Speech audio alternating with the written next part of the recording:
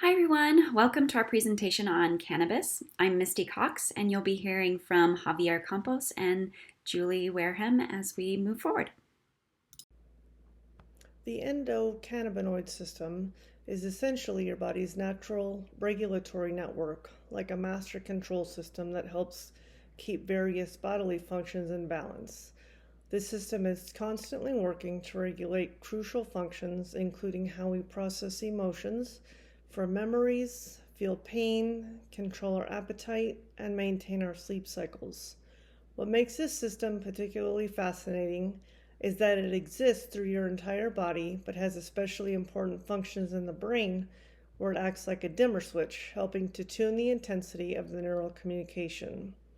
The ACH achieves this balance through two main components: endocannabinoids, natural cannabis-like molecules in your body, and specialized receptors that are found on the surface of the brain cells. When cannabis enters your system, it essentially taps into this pre-existing network, which explains why it can affect so many different aspects of our physical and mental functioning at once. Cannabis primarily affects three major regions of the brain, each controlling different aspects of our experience and behavior. The hippocampus, which acts like your brain's memory filing system, is heavily impacted by cannabis. This is why people often experience short-term memory changes when using cannabis. The amygdala, your brain's emotional processing center, is another key target, which explains why cannabis can either reduce anxiety or sometimes, paradoxically, increase it, depending on the individual and the dosage. The third major area affected is the cerebellum, which coordinates your movement and balance. This is why cannabis can impact physical coordination and why some users might experience changes in their motor skills. These three regions contain high concentrations of cannabinoid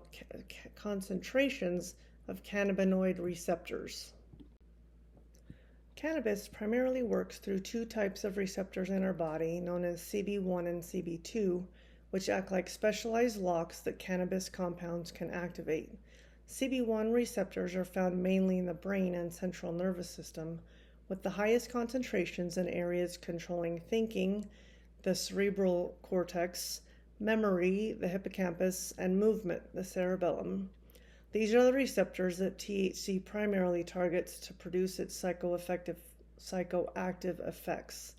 CB2 receptors, on the other hand, are found mostly in the immune system and throughout the body's tissues, with some presence in brain cells, and these receptors are more involved with CBD's effects and anti-inflammatory responses. Understanding these two receptor types helps explain why cannabis can have such diverse effects on both mind and body. While THC primarily activates CB1 receptors to create the characteristic high, CBD works more with CB2 receptors to produce its therapeutic effects without intoxication. THC works by essentially hijacking your brain's natural endocannabinoid system by binding to CB1 receptors, acting like a key fitting into a very specific lock throughout your brain. When THC binds to these receptors, it triggers changes in how brain cells communicate, particularly affecting three crucial neurotransmitters: dopamine, serotonin, and glutamate. This binding creates a disruption in the normal signaling pattern of your brain cells.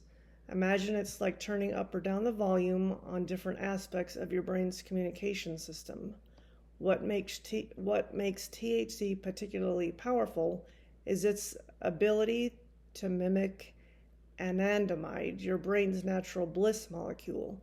But THC creates a stronger and longer-lasting effect than your natural endocannabinoids, which explains why it can produce such a noticeable changes in mood, perception, and cognition. When cannabis enters your system, it creates a range of immediate effects that typically begin within minutes and can last several hours. The most noticeable changes occur in how you process sensory information. Colors might seem brighter, music more intense, and time might seem to pass differently than normal, all due to THC's interaction with your brain's perception centers. Short-term memory becomes temporarily affected which is why some might forget what they were saying mid-sentence or have trouble remembering recent events, while motor coordination can become impaired due to the cannabis's effect on the cerebellum.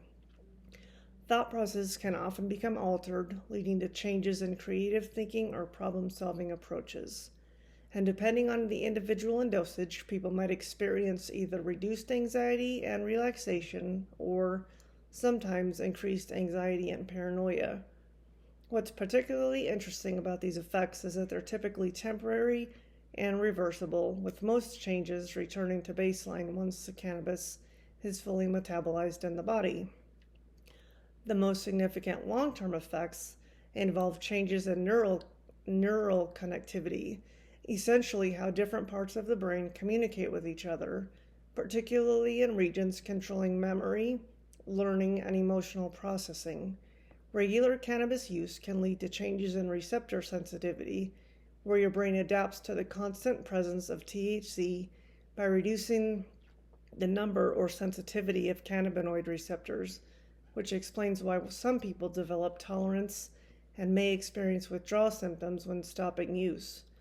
Research has shown that these effects are particularly pronounced when regular use begins during adolescence, as the developing brain is especially vulnerable to modifications in its endocannabinoid system, potentially affecting cognitive processing, emotional regulation, and motivation systems in ways that can persist into adulthood.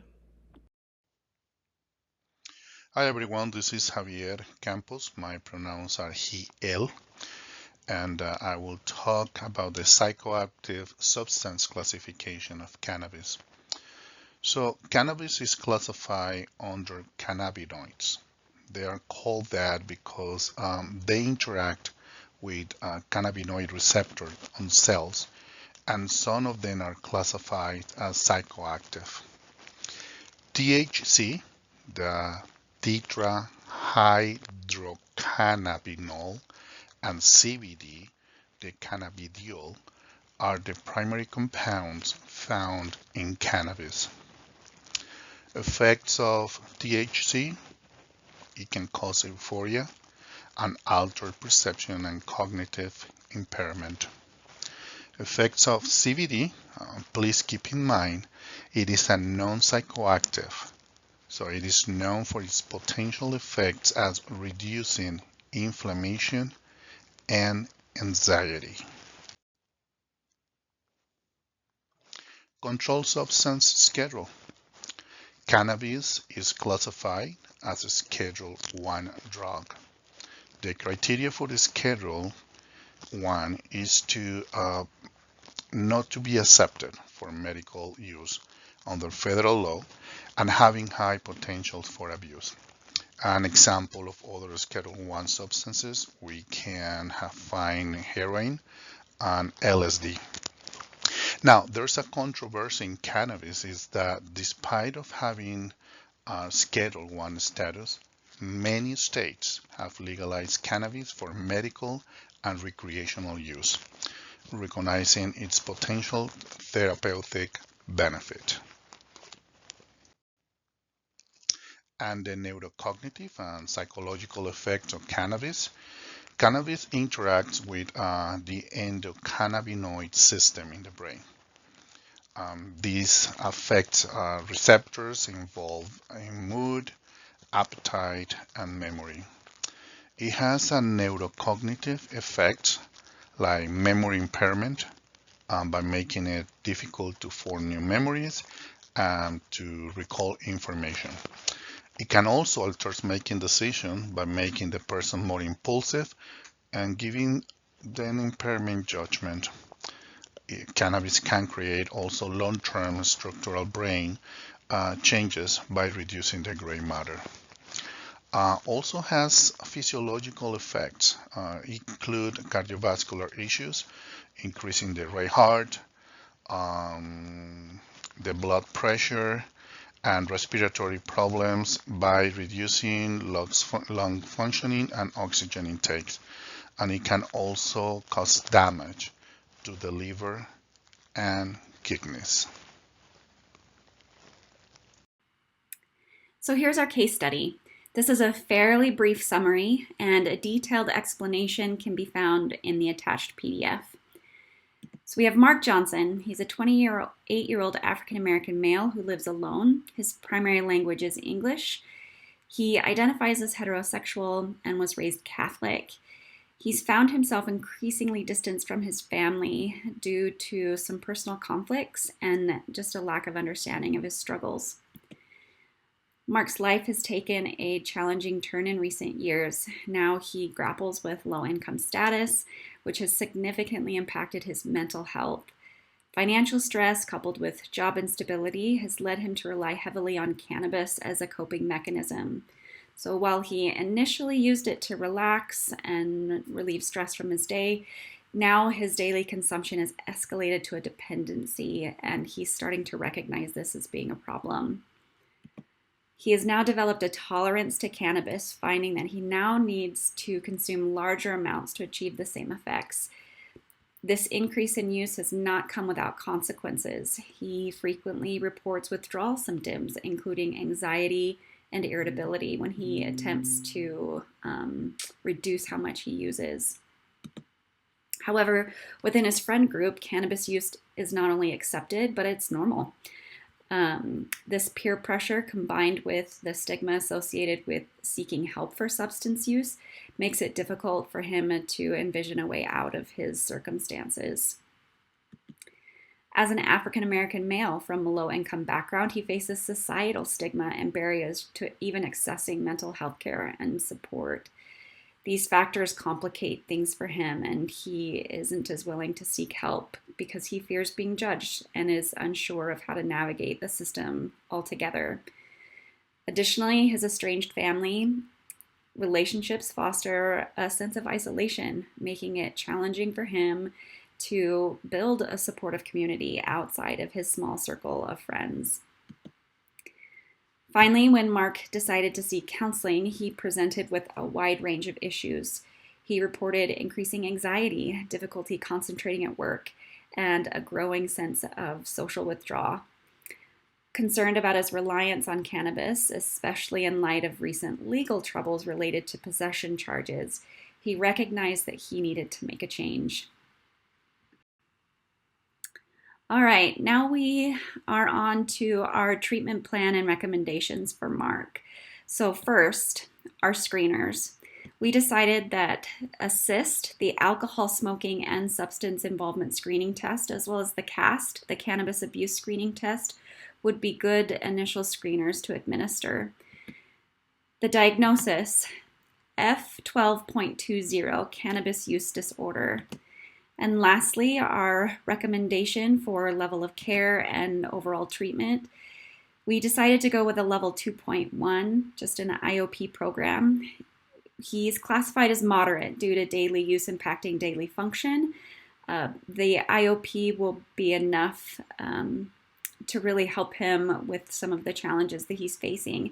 And the help will come through individual therapy and group support. We believe that integration of motivational interviewing combined with CBT will help him learn new coping skills. And additionally, we wanted to refer him to community resources for job assistance so that he can maybe find something full-time instead of part-time, and that can alleviate some of his financial challenges. All right, that's the end of our presentation. We want to thank you for participating and viewing. Again, if you want more information about Mark and the details of what was going on with him, please check out the PDF. Here, you'll find the references that we used for this presentation.